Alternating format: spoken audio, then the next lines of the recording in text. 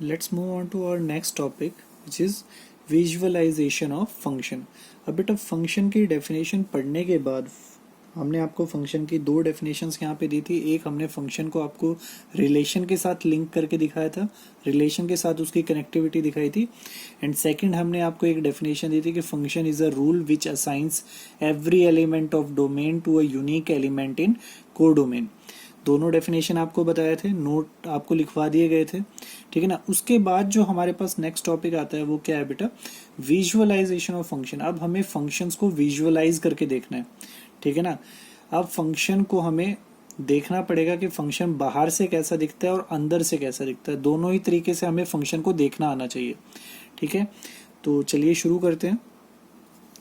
देखो बेटा, function is a rule. ये चीज हमने आपको अभी बताई थी कि फंक्शन एक रूल होता है which gives us a output for a given input, जो हमें किसी गिवन इनपुट के लिए एक आउटपुट देता है. जैसा कि अभी आपने एक एग्जांपल देखा था जस्ट ऊपर, वो क्या एग्जांपल था बेटा, हमने एक मिक्सर जूसर लिया था और उसके अंदर फ्रूट्स डाले थे और हमें डिफरेंट फ्रूट के लिए डिफरेंट हमें शेक्स मिल गए थे, ठीक है ना.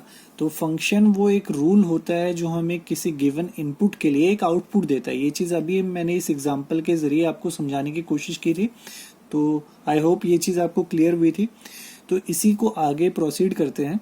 अब देखो, हमने यहाँ पे एम्फेसिस किस वर्ड पे दिया है कि फंक्शन एक रूल है. मतलब आज के बाद जो आपको फंक्शन देखने को मिलेंगे वो किस टाइप के मिलेंगे, वो एक रूल के फॉर्म में आपको देखने को मिलेंगे. अब बस आपको उसको देख के समझना पड़ेगा कि ये फंक्शन क्या कहना चाहता है, ठीक है ना. ये क्या आपसे कहना चाहता है, वो सारी चीजें सिर्फ आपको उसको देख के समझनी पड़ेंगे. तो चलिए देखते हैं एक एग्जाम्पल के जरिए इसको. Let f from natural numbers to natural number. ये सभी को पता है कैपिटल एन जो सिंबल हम नेचुरल नंबर्स के लिए यहाँ पे यूज कर रहे हैं.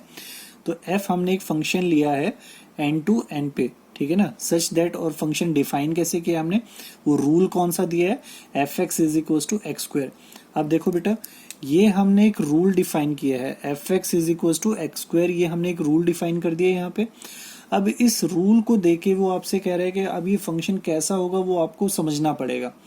ये बाहर से तो ये फंक्शन आपको ऐसा दिखाई दे रहा है, F x is equal to x square. अब ये अंदर ये फंक्शन कैसा होगा वो हम आपको दिखाते हैं. देखो बेटा, अब ये अंदर से कैसा है, ये अंदर से कैसा है मतलब इसमें कौन सी कैरेक्टरिस्टिक्स हैं, कौन सी प्रॉपर्टी हैं, उनको हम देखते हैं. देखो बेटा, जब भी हम x की जगह, सिंस हमारा डोमेन जो है वो कौन है बेटा, सेट ऑफ नेचुरल नंबर्स.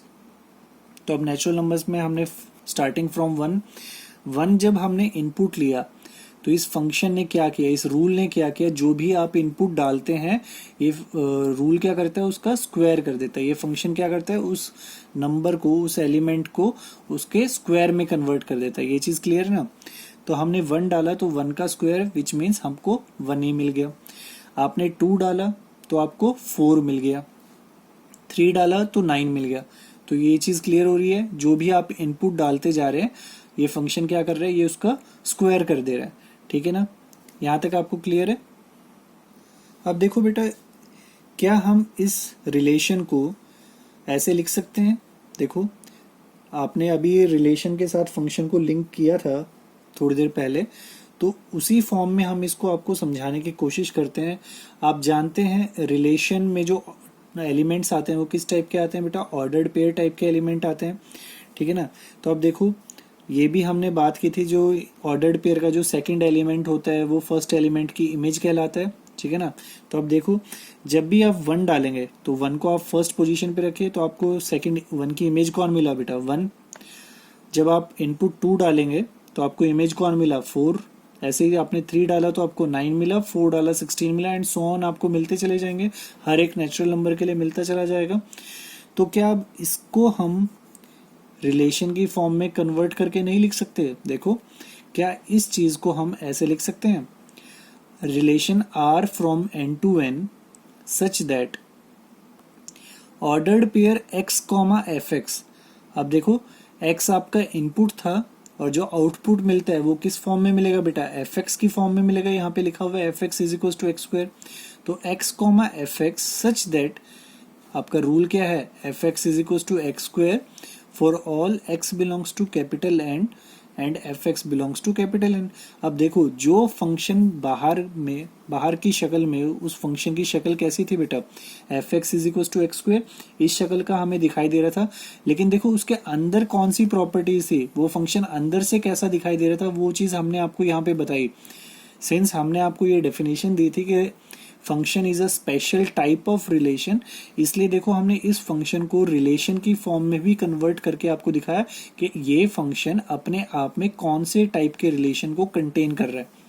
तो ये चीज क्लियर है बेटा, फंक्शन को देखना आपको आना चाहिए, ठीक है, बाहर से। अब ये जो अंदर वाली चीजें ये हम हर क्वेश्चन के लिए यूज नहीं करेंगे, ये सिर्फ आपके समझने के लिए थी कि ये फंक्शन जो बाहर से ऐसा दिखाई दे रहा है वो असल में अंदर से ऐसा दिखाई देता है, ठीक है बेटा। अब देखो एक और एग्जांपल लेते हैं। अभी हमने पढ़ा था फंक्शन एक रूल होता है, तो उसी को कैरी फॉरवर्ड करते हैं। हमने एक एग्जांपल लिया f from r to r, r मतलब सेट ऑफ रियल नंबर्स के सेट से रियल नंबर के सेट पे हमने एक फंक्शन डिफाइन किया और एक रूल दिया। वो रूल क्या दिया बेटा, f x is equal to x upon x minus one, ठीक है ना। अब एक रूल डिफाइन कर दिया, तो ये रूल डिफाइन कर दिया तो इसका मतलब ये नहीं है कि बेटा कि ये भी एक फंक्शन है, ठीक है ना। इसमें ये फंक्शन नहीं बन पा रहा है। क्यों नहीं बन पा रहा है? अब फंक्शन की डेफिनेशन आपके माइंड में हमेशा क्लियर होनी चाहिए कि फंक्शन क्या होता है। फंक्शन वो होता है जिसमें डोमेन के हर एक एलिमेंट के लिए को डोमेन में एक यूनिक एलिमेंट मिल जाना चाहिए, ठीक है ना, एक यूनिक इमेज मिलनी चाहिए, ठीक है ना। लेकिन ये underline this word every element of domain. अब देखो सेट ऑफ रियल नंबर्स के अंदर कौन से नंबर्स आते हैं आप सभी को पता है, रैशनल्स आते हैं, इररेशनल्स आते हैं, ठीक है ना। ये हम फर्स्ट चैप्टर में सेट में आपको अच्छे से बता चुके हैं, क्लासिफिकेशन ऑफ रियल नंबर्स। तो अब देखो यहाँ पे अब जब आप यहाँ पे 1 डालेंगे, ठीक है ना, ये हर एक रियल नंबर के लिए ये इमेज दे देगा ये रूल। लेकिन इसको प्रॉब्लम कहाँ हो रही है बेटा, प्रॉब्लम इसको होगी 1 पे। देखो जैसे ही आप इसके अंदर 1 डालोगे तो ये क्या हो जाएगा बेटा, 1 अपॉन 1 माइनस 1 हो जाएगा, और 1 अपॉन 1 माइनस 1 ये क्या हो जाएगा बेटा, 1 upon 0, and 1 upon 0 is equal to infinity, ये हम सभी जानते हैं। और इन्फिनिटी का मतलब नॉट डिफाइंड। तो इसका मतलब एक 1 हमें एक ऐसा एलिमेंट मिल गया डोमेन का जिसके ऊपर ये फंक्शन डिफाइन ही नहीं है, ठीक है ना। फंक्शन की कोई इमेज आपको नहीं मिल पा रही है, ये चीज क्लियर हो रही है। तो इसका मतलब इसने फंक्शन की जो फर्स्ट प्रॉपर्टी थी, फर्स्ट कैरेक्टरिस्टिक था, उसी को वायलेट कर दिया और कंडीशन को वायलेट कर दिया कि हर एक एलिमेंट के लिए इमेज मिलनी चाहिए थी। लेकिन 1 हमें एक ऐसा एलिमेंट मिल गया जिसके लिए इस फंक्शन में इस रूल के पास कोई इमेज नहीं थी। ये रूल इस 1 को कहीं पे भी असाइन नहीं कर पाया। ये चीज आप सभी को क्लियर हो रही है। तो इसका मतलब सिर्फ रूल डिफाइन करने से ही फंक्शन नहीं बनता। तो अपने दिमाग में इस चीज को भी क्लियर कर लेना है कि कहीं भी अगर आपको कोई भी रूल डिफाइन कर दिया जाए तो इसका मतलब वो फंक्शन नहीं है। First you have to check कि ये जो आपका रूल आपने डिफाइन किया है, ये रूल के अकॉर्डिंग इस डोमेन के हर एक एलिमेंट की इमेज यहाँ पे डिफाइन है या नहीं है, ठीक है ना बेटा। और ये मोस्ट ऑफ द केसेस में ये जो रैशनल टाइप के जो फंक्शंस होते हैं, यहाँ तो आपको पक्का ही चेक करके देखना चाहिए कि आपका फंक्शन यहाँ पे डिफाइन है भी या नहीं है। तो अभी देखो इस केस में ये 1 के लिए डिफाइन नहीं था, ये चीज यहाँ पे क्लियर है। अब देखो अगर हमें इस फंक्शन को, इस रूल को वैलिडेट करना है, इस डोमेन पे डिफाइन करवाना है, तो अब हमें क्या करना होगा। इस फंक्शन को डिफाइन करवाने के लिए हमें उन पॉइंट्स को, डोमेन के उन पॉइंट्स को हमें हमारे डोमेन से बाहर करना है जिन पे हमारा डिनोमिनेटर क्या दे रहा है बेटा, 0 दे रहा है। तो इस चीज को देखते हैं क्या हम बोलना चाहते हैं। देखो, now to make this rule a function we have to eliminate those points from domain where its denominator is 0। जब भी आपका रैशनल फंक्शन होगा, p अपॉन क्यू टाइप का फंक्शन होगा, तो उसका डिनोमिनेटर वाले पॉइंट्स को आपको चेक करना है कि कौन कौन से पॉइंट पे आपका फंक्शन 0 दे रहा है, ठीक है ना। डोमेन के किन किन पॉइंट पे फंक्शन आपका डिनोमिनेटर में 0 दे रहा है, सबसे पहले आपको वो चेक करना होगा, और बाद में उन पॉइंट्स को आपको अपने डोमेन से एलिमिनेट करना होगा, रिमूव करना होगा। तो रिमूव कैसे करते हैं वो देखो, दैट इज हम क्या कहना चाहते हैं, हमारा फंक्शन ये 1 पे दिक्कत कर रहा है, बाकी और किसी पॉइंट पे किसी भी रियल नंबर पे इसको कोई प्रॉब्लम नहीं है, सिर्फ 1 पे ये दिक्कत कर रहा है। तो 1 पे दिक्कत कर रहा है तो इसका मतलब हम क्या करेंगे बेटा, अब हम नया रूल डिफाइन करेंगे। वो कैसे करेंगे, देखो f फ्रॉम r-1। अब देखो सिंगलटन 1 मैंने इस हमारे डोमेन में से माइनस कर दिया है, ये चीज दिखाई दे रही है बेटा। r-1 टू r, कोडोमेन हमने एज इट इज हमारा r रखा है और रूल हमने हमारा वही रखा है f(x = x/x-1)। अब देखो 1 पे ये प्रॉब्लम कर रहा था, 1 के अलावा तो ये हर जगह डिफाइन था, हर एक पॉइंट के लिए, हर एक रियल नंबर के लिए ये कुछ ना कुछ आपको वैल्यू दे रहा था। बस 1 पे ये इंफिनिटी दे रहा था, इसलिए हमने उस 1 को एलिमिनेट कर दिया हमारे डोमेन से। तो अब ये बेटा ये जो रूल डिफाइन है ये करेक्ट वन है, ये हमारा फंक्शन बन जाएगा। तो आई होप आपको ये एग्जाम्पल जो मैं आपको बताना चाह रहा था उससे आपको ये फंक्शन का जो कंसेप्ट यहाँ पे मैं आपको बता रहा था वो क्लियर हुआ होगा कि सिर्फ रूल डिफाइन करने से ही आपका फंक्शन नहीं बनता है। आपको सबसे पहले उसको चेक भी करना होगा कि आपके डोमेन के हर एक पॉइंट पे वो आपका रूल डिफाइन है या नहीं है। डिफाइन होने का मतलब आपको इमेजेस मिल रहे हैं या नहीं मिल रहे, सिंपल सी बात है। तो ये जो अभी हमने ऊपर जो थ्योरी पढ़ी कि फंक्शन हमारा डिफाइन कब होगा, हमें फंक्शन को कैसे चेक करना है, तो उसके अकॉर्डिंग अब हम डोमेन की डेफिनेशन में थोड़े से चेंजेस कर रहे हैं, थोड़ा सा उसको मॉडिफाई कर रहे हैं, ठीक है ना। अभी रिलेशन पढ़ते टाइम भी हमने एक डोमेन की डेफिनेशन दी थी, उसमें हमने क्या बोला था बेटा कि जो भी हमारे ऑर्डर्ड पेयर्स का पहला एलिमेंट वाले सेट है ना, set of first elements of ordered pair, वो हमारे डोमेन होते हैं, ठीक है ना। लेकिन अब हम डोमेन को क्या कहना चाह रहे हैं, क्या बोलना चाह रहे हैं, अच्छे शब्दों का प्रयोग हमने यहाँ पे किया है।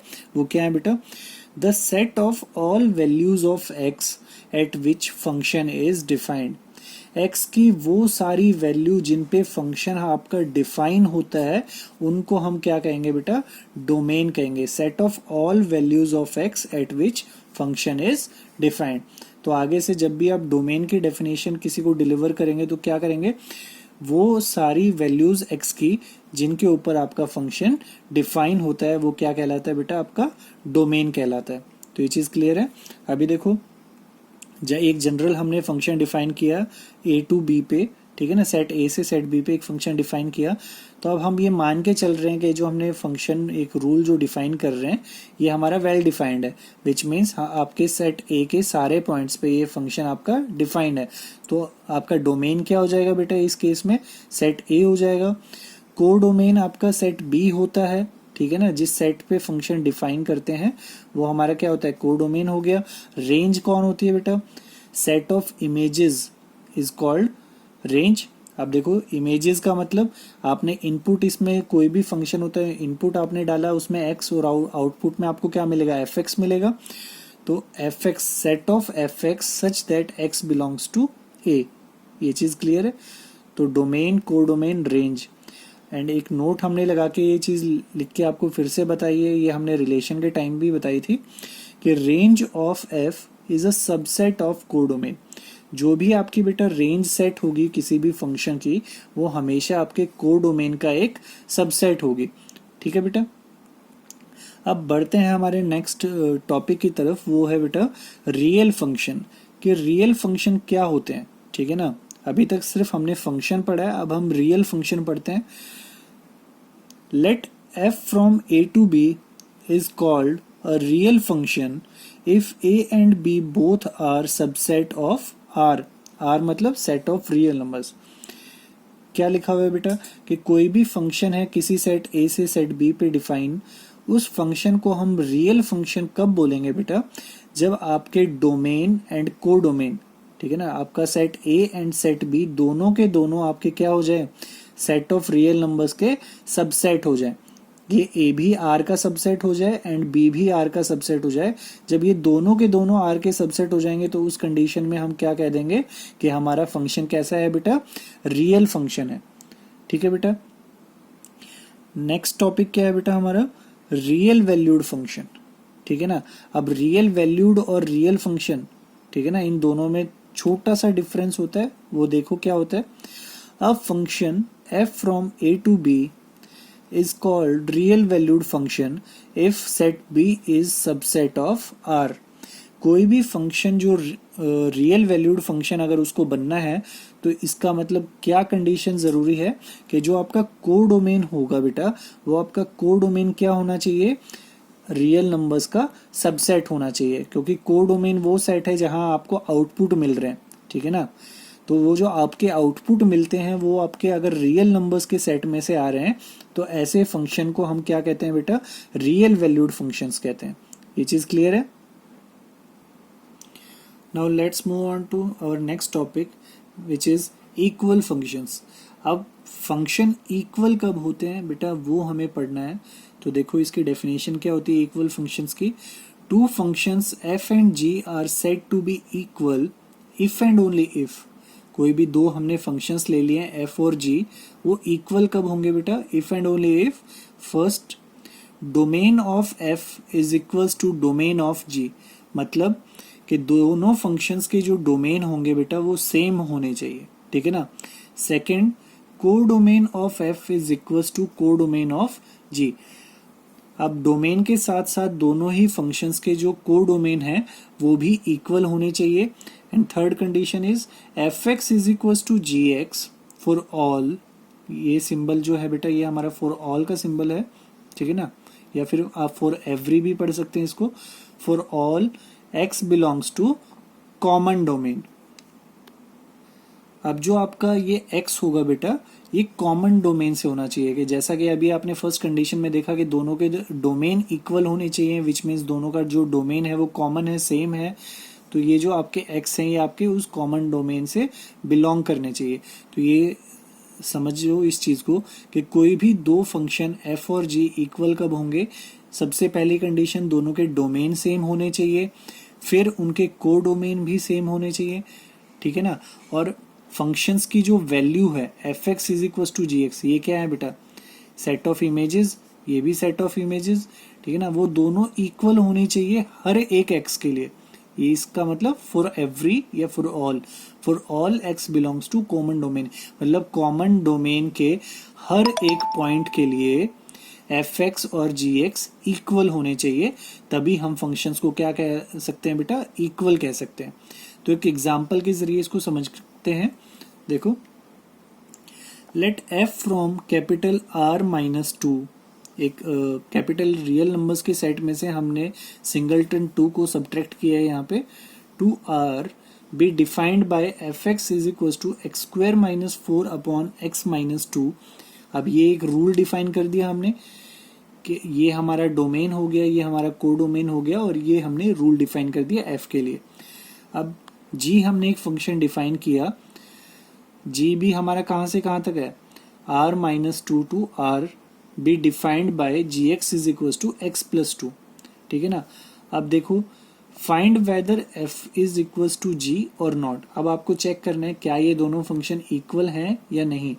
तो देखो, सबसे पहली कंडीशन अभी हमने क्या बताई थी, कोई भी दो फंक्शन इक्वल कब होंगे, जब फर्स्ट उनके डोमेन इक्वल होने चाहिए दोनों के। तो देखो डोमेन, इसका भी r माइनस सिंगलटन 2 है, इसका भी r माइनस सिंगलटन 2 है। फिर आपको चेक करना है कोडोमेन, तो कोडोमेन इसका भी r है, इसका भी r है, तो पहली दो कंडीशन तो फुलफिल हो गई। अब आपको वैल्यूज चेक करनी है।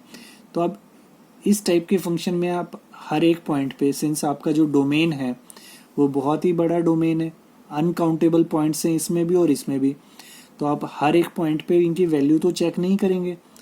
तो कैसे इस फंक्शन को हम इक्वल देख सकते हैं, देखो हमारे पास जो fx डिफाइन कर रखा है बेटा, जो fx का जो रूल डिफाइन कर रखा है वो क्या है, x square minus 4 upon x minus 2 where x is not equal to 2, क्योंकि 2 पे आपका फंक्शन डिफाइन नहीं होता इसलिए हमने उसको डोमेन से पहले ही बाहर कर रखा है। तो ये चीज क्लियर है। अब देखो इसका न्यूमरेटर देखो, एक्स स्क्वायर माइनस 4, क्या एक्स स्क्वायर माइनस 4 को आप एक्स स्क्वायर माइनस 2 का स्क्वायर लिख सकते हैं। अब ऊपर क्या बन जाएगा, ए स्क्वायर माइनस बी स्क्वायर की टर्म बन जाएगी, तो आप उसमें आइडेंटिटी यूज कर सकते हैं, ए प्लस बी ए माइनस बी। तो नेक्स्ट स्टेप में क्या लिख देंगे आप, एक्स स्क्वायर माइनस 4 को x minus 2 into x plus 2।